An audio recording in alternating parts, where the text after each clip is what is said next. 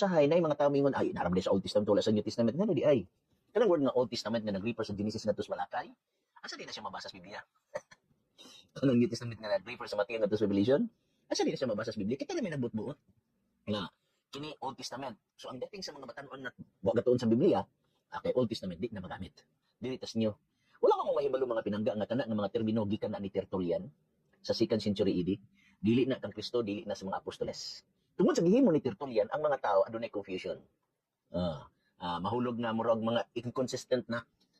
Kay, for example, sa mga Catholic faith defender, magingon nga, wala na na ikapulo, kinalas daan tugon. Pero pagamita, may tungod sa mga larawan. Wala sila bersikulo nga ginakot ga sa New Testament. 99% naa sa Old Testament. Inconsistent. Dapat ka namin nga kanang ikapulo, wala na. Kaya sa Old Testament na, wala sa New Testament. Ngano diya, yung argumento may tungod sa larawan na, New Testament. Naman sa Old Testament.